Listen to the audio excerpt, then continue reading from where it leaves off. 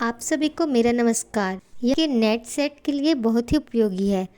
तो चलिए हम इसे प्रारंभ करते हैं। भूमिका। मुर्दहिया हमारे गांव धर्मपुर, आजमगढ़ की बहुउद्देशीय कर्मस्थली थी। चरवाही से लेकर हरवाही तक के सारे रास्ते वहीं से गुजरते थे। इतना ही नहीं, स्कूल हो या दुकान, बाजार हो या मंदिर, यहाँ तक कि मजदूरी के लिए कलकत्ता वाली रेलगाड़ी पकड़ना हो, तो भी मुर्दहिया से ही गुजरना पड़ता था। हमारे गांव की जियोपॉलिटिक्स यानी भू राजनीति में दलितों के लिए मुर्दहिया एक सामरिक केंद्र जैसी थी। जीवन से लेकर मरण तक की सारी गतिविधियां मुर्दहिया समेट लेती थी। सबसे रोचक तथ्य ये है कि मुर्दहिया मानव और पशु में कोई फर्क नहीं करती थी। वह दोनों की मुक्तिदाता थी। विशेष रूप से मरे हुए पशुओं के मांसपिंड पर जूझते सैकड़ों गिद्धों के साथ कुत्ते और सियार मुर्दहिया को एक कला स्थली के रूप में बदल देते थे। रात के समय इन्हीं सियारों की हुआ हुआ वाली आवाज उसकी निर्जनता को भंग कर देती थी। हमारी दलित बस्ती के अनगिनत दलित हजारों दुख दर्द अपने अंदर लिए मुर्दहिया में दफन हो गए थे। यदि उनमें से किसी की भी आत्मकथा लिखी जाती तो उसका शीर्षक मुर्दहिया ही होता। मुर्दहिया सही मायनों में हमारी दलित बस्ती की जिंदगी थी। इस जिंदगी को मुर्दहिया से खोदकर बाहर लाने का पूरा श्रेय तद्भव के मुख्य संपादक अखिलेश को जाता है। वे हमेशा मेरे सामने कलम के बदले फावड़ा लिए तैयार मिलते थे। सही अर्थों में मैंने उनके ही फावड़े से खोदकर मुर्दहिया से अपनी जिंदगी को बाहर निकाला। जमाना चाहे जो भी हो, मेरे जैसा कोई अदना जब भी पैदा होता है, वह अपने इर्द गिर्द घूमते लोक जीवन का हिस्सा बन हो जाता है। यही कारण था कि लोक जीवन हमेशा मेरा पीछा करता रहा।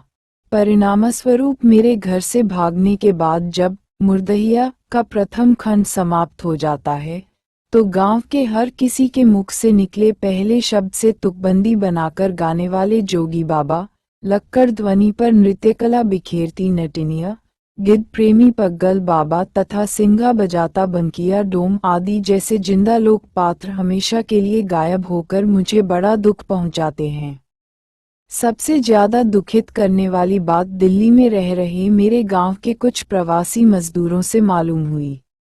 50-60 साल पहले की जिस मुर्दहिया का वर्णन मैंने किया है, वह पूर्ण रूपेण उजड़ चुकी है। सारे जंगल कटकर खेत में बदल चुके हैं, जिसके चलते गिद्धों जैसे अनगिनत दुर्लभ पक्षियों तथा शाही सियारों और खरगोशों जैसे पशुओं का विलोप हो चुका है।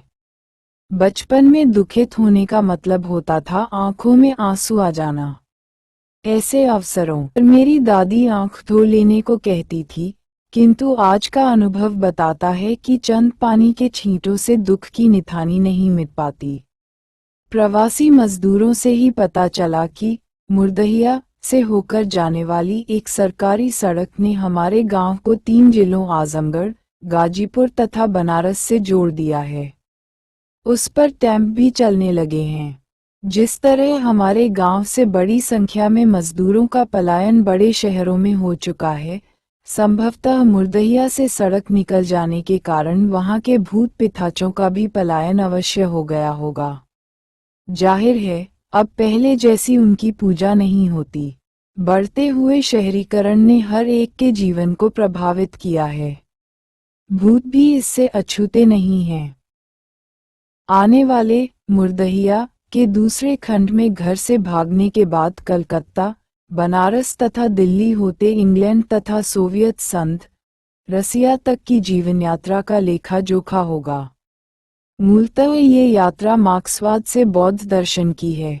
राजकमल प्रकाशन के निदेशक अशोक महेश्वरी इस बात के लिए धन्यवाद के पात्र हैं कि उन्होंने तद्भव में अब तक प्रकाशित 7 किस्तों को मुर्दहिया खंड 1 के रूप में अविलंब प्रकाशित करने का निर्णय लिया, जबकि आगे का लेखन अभी जारी है। डॉक्टर तुलसी राम, जवाहरलाल नेहरू विश्वविद्यालय। नई दिल्ली 1,10,67